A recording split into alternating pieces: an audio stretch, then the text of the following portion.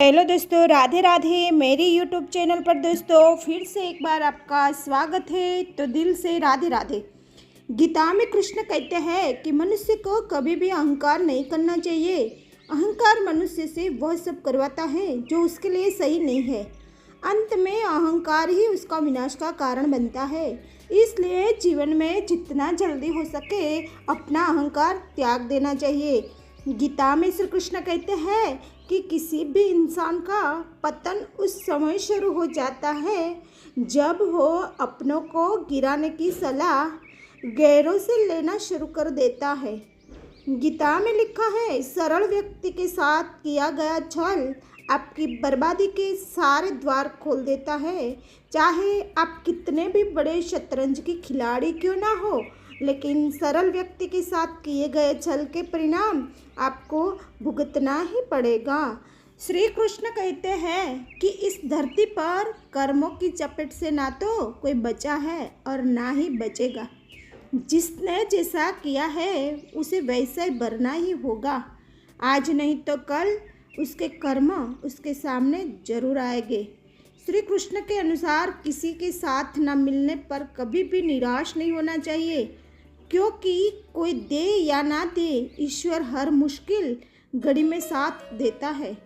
गीता में कृष्ण कहते हैं कि जब अत्याचारों को मुस्कुराकर सहा जाता है तो उस इंसान का बदला भगवान स्वयं लेते हैं। इसलिए किसी भी परिस्थिति में मुस्कुराना नहीं छोड़ना चाहिए।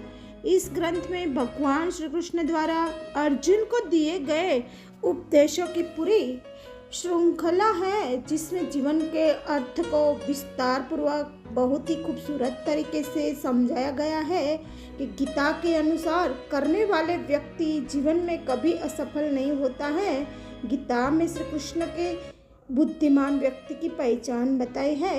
गीता में कृष्ण ने बुद्धिमान व्यक्ति की पहचान बताई है। इसके अनुसार सबसे समझदार व स्थिर बुद्धि वाला व्यक्ति वही है जो सफलता मिलने पर अहंकार में नहीं आता और विफलता मिलने पर गम में नहीं डूब जाता। गीता में श्री कृष्ण कहते हैं कि समय कभी एक जैसा नहीं रहता। जो दूसरों को बेवजह रुलाता है उन्हें भी रोना पड़ता है, और जो दूसरों को दुख देते हैं आगे चलकर उन्हें भी दुख भोगतना पड़ता है। श्री कृष्ण कहते हैं कि केवल डरपोक और कमजोर ही चीज़ों को भाग्य पर छोड़ देते हैं, लेकिन जो मजबूत और खुद पर भरोसा करने वाले होते हैं वे कभी भी नियति या भाग्य पर निर्भर नहीं करते। गीता के अनुसार सिर्फ दिखावे या लिए अच्छा मत बनो। वो परमात्मा आपको बाहर से नहीं बल्कि भीतर से भी जानता है। इसलिए कोई भी बदलाव पूरी तरह से स्वयं के लिए होना चाहिए। आप खुशी हो या दुखी, यह दोनों आपके विचारों पर निर्भर है। अगर आप प्रसन्न रहना चाहते हैं तो आप हर हाल में प्रसन्न ही रहेंगे। अगर आप अपने मन में बार बार नकारात्मक विचार लाएंगे तो आप दुखी ही होंगे। विचार ही हर व्यक्ति का शत्रु और मित्र होता है। श्री कृष्ण कहते हैं कि साथ चलने से ना तो कोई खुशी मिलती है और ना ही लक्ष्य। इसलिए मनुष्य को सदैव अपने कर्मों पर विश्वास करते हुए अकेले चलना रहना चाहिए।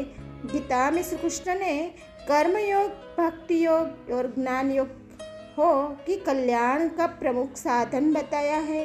कर्म के प्रभाव से संबंध का टूट जाना ही जीवन का लक्ष्य है, और यह लक्ष्य उपर्युक्त तीनों मार्गों से प्राप्त हो सकता है।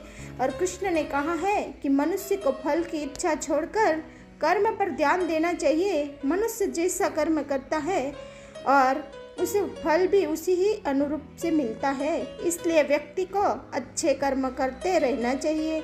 श्री कृष्ण ने अनुसार व्यक्ति को सुख और बेहतर दुख कोई नहीं जान सकता, इसलिए स्वयं का आकलन करना बेहद जरूरी है। गीता में कहा गया है कि जो व्यक्ति अपने गुणों और कर्मयोग को जान लेता है वह अपनी व्यक्तित्व का निर्माण करके हर काम में सफलता प्राप्त कर सकता है। हमारा मन ही हमारा दुखों का कारण होता है।